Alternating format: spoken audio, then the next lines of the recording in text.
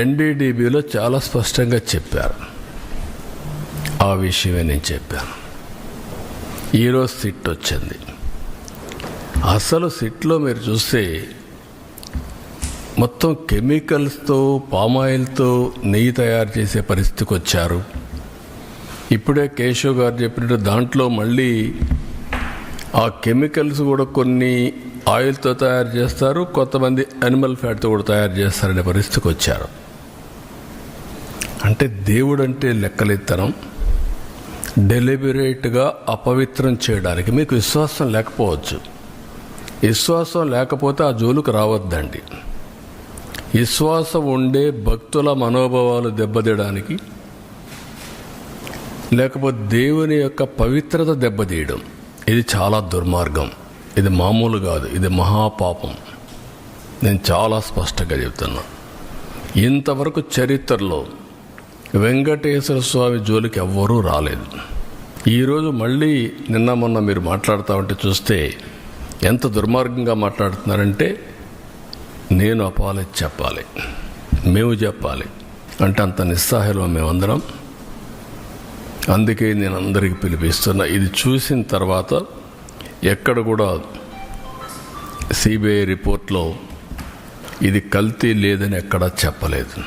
నేనేం చెప్పాను sir, Tirupati లడ్డులో adulteration జరిగిందని చెప్పాను. మీరు కరెక్ట్ చేసుకోండి.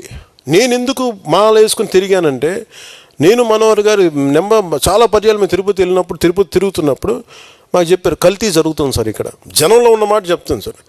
1 కిలో నువ్వుల నూనె ఇంత ఖరీదుంటే ఈ కిలో నెయ్యి ఎలా దొరుకుతుంది సార్ వీళ్ళకి? ఇది కల్తీ కాకపోతే మీకు అర్థం కావట్లేదు. నాకు ఆ గిల్ట్ నాకుండి అది నేను ప్రక్షాళన చేసుకున్నాను. అది డ్రామా చేయడానికి కాదు. అది అట్లీస్ట్ దెన్ సీఎం అతని గురించి చెప్పాను, నేను చెప్పలేదే. ఆయన కూర్చొని చేయమంటాడు ఈ లడ్లు కలపని, ఎవరు సెన్స్ ఉన్నాడు, ఎవరు చెప్పడం మాట. సిట్ రిపోర్ట్ ఇంత క్లియర్ కట్గా కూర్చోబెట్టి ఇంత చెప్తే అసలు ఎవరు దాని గురించి మాట్లాడరు. There is no ghee at all. వాళ్ళు ఏం చెప్పింది, there is no ghee at all.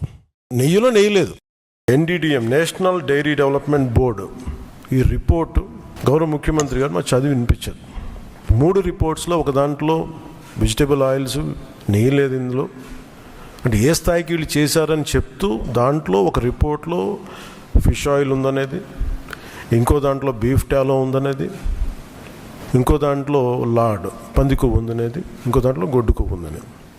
ఇది చాలా సెన్సిటివ్ ఇష్యూ.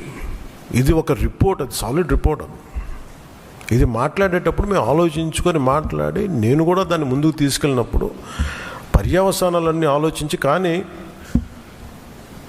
నేను కూడా అనుకుని ఇది చెప్పాలా లేదా. ముఖ్యమంత్రి గారు చెప్పారు దీన్ని ఎంత తీసుకెళ్ళాలి. ఎందుకంటే మా భయం ఏంటంటే సెన్సిటివ్ అయ్యి మనం చేసేసామా, రాజకీయ పరంగా లబ్ధి పొందుతారు, ఇలా ఆలోచిస్తారని చెప్పి 1-2 రోజులు ఆలోచించినా కానీ చెప్పకపోతే ఏం జరుగుతుంది. రేపు పొద్దున మీ అందరికీ తెలిసి కూడా మీరు ఎందుకు మాట్లాడలేదు, అదొక ప్రశ్న ఉంటుంది. అందుకని దాన్ని మాట్లాడాల్సి వచ్చింది. ఎందుకంటే ఆల్రెడీ మేము గవర్నమెంట్ ఫామ్ అయ్యే 5 years మేమే ప్రభుత్వంలో ఉంటాం. ఈ దేశంలో హైందవ సంస్కృతి లేకపోతే మిగతా సంస్కృతులు లేవు. అలాంటి హైందవ సంస్కృతి మీద ఇంత అపవిత్రం జరిగినప్పుడు వీళ్ళు రిపీటెడ్గా చేస్తున్నప్పుడు ఇది చెప్పాలా లేదా అని కూర్చొని చాలా తర్జనలు పడి నాకు పర్సనల్గా గిల్ట్ ఉండి, అరే మనం ఇంత కళ్ళ ముందు ఇంత రిపోర్ట్ మాట్లాడకపోవటం అని చెప్పి చేసిన తర్వాత దాని తద్వారా మీ అంశాలు తెలుసు. అది సుప్రీంకోర్టు దాకా వెళ్ళింది. కొంతమంది మీరు ఇట్లా అన్నారు, లారీకి లబ్ధి అన్నారు. మాకేం పోతే 5 సంవత్సరాలు మేమే ఉంటాం. వీళ్ళు ఎలాంటి పరంపర నుంచి వచ్చారు, వారసత్వం ఏంటి వీళ్ళకి?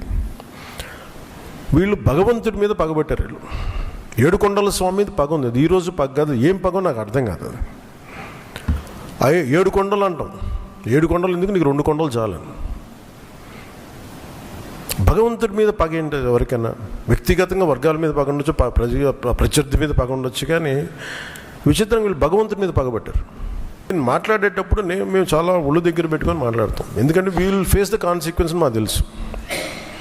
మీకు అయోధ్య రామ మందిరం నిర్మాణానికి ఈ దేశం ఎంత తల్లడిల్లిపోయింది, ఎంత కదిలింది, ఎన్ని గొడవలు జరిగినాయి. ఇలాంటి దీనికి కూడా వీళ్ళు పంపించిన దాదాపు 1,00,000 లడ్డూలు ఇవన్నీ కూర్చోబెట్టి ఇన్ఫర్మేషన్ తీసుకుంటామంటే, ఒకటి అసలు ఏం జరిగింది అన్నీ మొన్న వీళ్ళు చెప్పిన రిపోర్ట్లోనే దాంట్లో యానిమల్ కొవ్వు లేదంటున్నారు.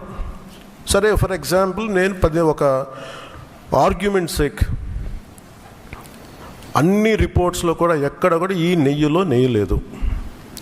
59,70,000 పైచిలుకు కిలోలు 59,70,000 కిలోల నెయ్యి మీరు ఇది ఈ కల్తీగా అసలు కల్తీ నెయ్యి అని కూడా దీన్ని కల్తీ వనస్పతి కల్తీ ఈ పామాయిల్ అనాలి దీన్ని. ఇవి దీంతో కలిపి ఇన్ని కోట్ల లడ్డూలు చేసిన తర్వాత దాంట్లో 1,00,000 లడ్డూలు అక్కడ కూడా పంపించారు, అయోధ్య కూడా పంపించారు. వీటి నేపథ్యం మొత్తం రిపోర్ట్స్ అన్నీ వచ్చిన తర్వాత ఈ నెయ్యిలో ఎక్కడా కూడా 59,70,000 ఇక్కడ లడ్లు దీనికి సంబంధించింది వీళ్ళు అనుకున్న సోకాల్ నెయ్యి సప్లై చేసి దాంట్లో ఆన్ రికార్డ్ 58 లక్షల పామ్ ఆయిల్ దానికి సంబంధించిన ప్లాంట్ బేస్డ్ అన్నీ దొరికినాయి. అవి కాకుండా 1,70,000 నుంచి దాదాపు 2 లక్షల వరకు కెమికల్స్ దొరికినాయి. ఇవి ఆన్ రికార్డ్ వాళ్ళు కొన్నట్టు. సంవత్సరంన్నర నుంచి కావాలని ఉద్దేశపూర్వకంగా అబద్ధాలతో కూడిన ప్రకటనలు చేస్తూ ప్రజలను మభ్యపెట్టే కార్యక్రమం చేశాడు. తిరుపతి నెయ్యిలో, పవిత్రమైన తిరుపతి నెయ్యిలో భక్తుల మనోభావాలను దెబ్బతీసే విధంగా కావాలని కుట్రపూరితంగా ఆ నెయ్యిలో జంతువుల కొవ్వు ఉందని, గొడ్డు మాంసం కొవ్వు ఉందని, పంది కొవ్వు ఉందని, చేప నూనె కలిసింది అని అంటూ రకరకాలుగా చంద్రబాబు నాయుడు గారు కొడుకు, ఇదే చంద్రబాబు నాయుడు గారి పార్టీలో తనతో పాటు కలిసి ఉన్న మరో పవన్ కళ్యాణ్ అనే మరో నాయకుడు ఉద్దేశపూర్వకంగా మన వెంకటేశ్వర స్వామి ప్రతిష్టను మనమే దెబ్బతీస్తున్నాము అని చెప్పి ఏమాత్రము కూడా కనీసము దేవుడంటే భయము లేకుండా, దేవుడంటే భక్తి లేకుండా రాజకీయాల కోసం దేవుడిని ఉపయోగించడం మొదలుపెట్టారు. వీళ్ళు చేసిన ఆరోపణలు ఏదైతే ఉన్నాయో ఆ ఆరోపణలన్నీ కూడా అవాస్తవము అని ఏకంగా NDDB, national dairy development board, NDDB, NDRI, national development research institute, ఈ రెండు కూడా కేంద్రానికి సంబంధించిన ల్యాబులు. కేంద్రానికి సంబంధించిన ఈ ల్యాబులు వీళ్ళ హయాంలో వీళ్ళు ఇచ్చిన టెస్ట్ శాంపుల్, అవి టెస్ట్ శాంపుల్ కూడా అనలైజ్ చేసి వాళ్ళు సిబిఐ ఆధ్వర్యంలో అనలైజ్ చేసి ఈ నెయ్యిలో జంతువుల కొవ్వు కానీ, గొడ్డు మాంసం కొవ్వులు కానీ, పంది కొవ్వు కానీ, చేప నూనె కానీ, ఇటువంటివి ఇంకొకటి కానీ ఇటువంటివి అవి ఏవి లేవు అని చెప్పి నిర్ధారణ చేసి సర్టిఫికెట్లు ఇస్తే ఆ సర్టిఫికెట్లు సాక్షాత్తు సిబిఐ వాళ్ళ సిబిఐ ఛార్జ్ షీట్ లో ఈ ఎన్డీడీబీ సర్టిఫికెట్, ఎన్డీఆర్ఐ సర్టిఫికెట్ రెండు కూడా పెట్టి సిబిఐ ఛార్జ్ షీట్ కూడా క్లోజర్ ఇచ్చింది. నేను అడుగుతా ఉన్నా, తప్పు ఒకవేళ చేసుంటే ఆ సిబిఐ ఛార్జ్ షీట్ లో వైవి సుబ్బారెడ్డి గారి పేరు, కరుణాకర్ రెడ్డి గారి పేరు ఎందుకు చేర్చలేదు? ఒకవేళ తప్పు చేసినట్టు ఒకవేళ ఆధారాలుంటే, తప్పు నిజమే అయితే వీళ్ళని ఎందుకు అరెస్ట్ చేయలేదు? అంటే సిబిఐ క్లీన్ చిట్ ఇస్తా ఉంది, ఎన్డీడీబీ ల్యాబు, ఎన్డీఆర్ఐ ల్యాబు, ఈ ల్యాబులు కూడా క్లీన్ చిట్లు ఇస్తా ఉన్నాయి. మరి ఇన్ని క్లీన్ చిట్లు ఇస్తా ఉన్న సందర్భాలలో అసలు ఈ సిబిఐ అనేది ఎందుకు వచ్చింది? వైవి సుబ్బారెడ్డి గారు సుప్రీంకోర్టుకు వెళ్ళి రాష్ట్ర ప్రభుత్వం చేస్తా ఉన్న ఆరోపణలు తప్పు, వీటి మీద విచారణ చేయండి అని వైవి సుబ్బారెడ్డి గారు సుప్రీంకోర్టుకు వెళ్ళి కేసు వేస్తే సుప్రీంకోర్టు వైవి సుబ్బారెడ్డి గారి పిటిషన్ మేరకు సిబిఐ చేత విచారణకు పర్మిషన్ ఇచ్చింది. వాళ్ళు విచారణ చేసి వీళ్ళెవరూ తప్పు చేయలేదు అని చెప్పి నిర్ధారించి ఎన్డీడీబీ, ఎన్డీఆర్ఐ ల్యాబుల సర్టిఫికెట్లు కూడా పొందుపరిచి క్లీన్ చిట్లు ఇస్తే చంద్రబాబు నాయుడు గారు అనే వ్యక్తి, పవన్ కళ్యాణ్ అనే వ్యక్తి, నారా లోకేష్ అనే వ్యక్తి, ఇంకా ఇటువంటి అన్యాయస్తులు ఎవరైతే ఉన్నారో వీళ్ళంతా కూడా చేసిన తప్పుకు చంపలేసుకొని ప్రజలకు, వెంకటేశ్వర స్వామికి చేసిన తప్పులకు లెంపలేసుకొని క్షమాపణ కోరాల్సింది పోయి ఇదే చంద్రబాబు నాయుడు గారు, ఇదే లోకేష్ అనే చంద్రబాబు నాయుడు గారి కొడుకు, ఇదే పవన్ కళ్యాణ్ అనే ఇంకొక వ్యక్తి, వీళ్ళంతా కూడా కూడబలుపుకొని మళ్ళీ అదే అబద్ధాలను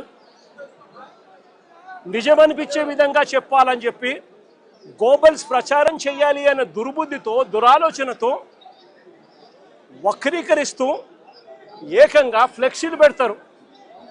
నేను అడుగుతా ఉన్నా, తప్పుడు సమాచారాలతో, తప్పుడు విషయాలతో, కుల మతాలను రెచ్చగొట్టే విధంగా అబద్ధాలతో ఫ్లెక్సీలు పెట్టే అధికారం ప్రజాస్వామ్యంలో ఎవరికైనా ఉందా అని అడుగుతా ఉన్నా.